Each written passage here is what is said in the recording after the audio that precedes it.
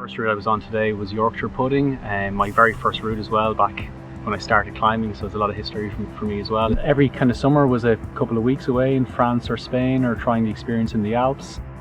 A year or two later decided to do a round the world trip, which then became a second round the world trip, culminating in about I think 35 countries travelled and maybe climbing in 25 odd countries.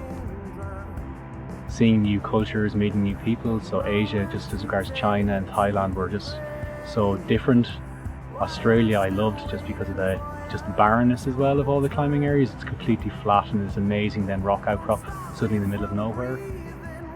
Living in Queenstown, I tried a couple of amazing routes down near Glenorchy, which is further south. The Land Before Time, an amazing multi-pitch. So the States, we travelled to a place just outside Las Vegas at Red Rock National Park, and there's a huge climbing area as well for small boulders all the way to big multi-pitch, a couple 100 metres tall. The gallery has a lot of very famous climbs and it makes for a good challenge.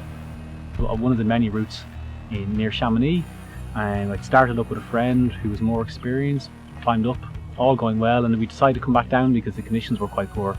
And as we were lowering down, as it happened, a lot of our equipment failed. We took a really big slide, 100 metres off the ground, so it could have gone very wrong. For me at the time, I laughed it off, I suppose, the first week or two. After that kind of dawned on me as regards the seriousness of what it might have happened. You build it up as confidence, it's just baby steps, and you kind of learn to work with it again. Awesome Walls was opened in September 2012 and through a group of friends. And over a couple of years of hard work and searching and stuff, we found this cool venue and this wall got developed, working in our passion, work with the kids clubs and all of the adult groups, kids as young as 6 and above. Hopefully run a couple of trips abroad as well, show people there's other climbing outside. It's a cool way to travel and see the world. And we'll also start running a couple of events and festivals, weekend-long activity events like fun competitions, professional climbers, barbecues, parties, that sort of thing.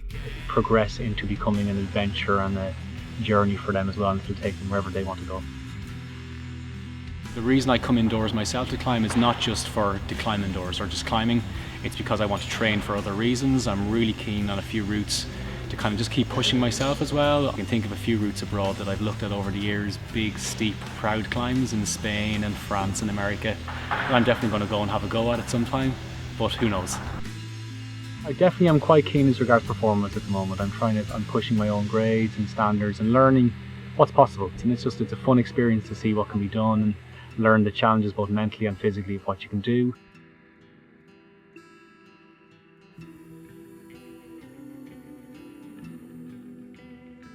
Develops really good mental strength.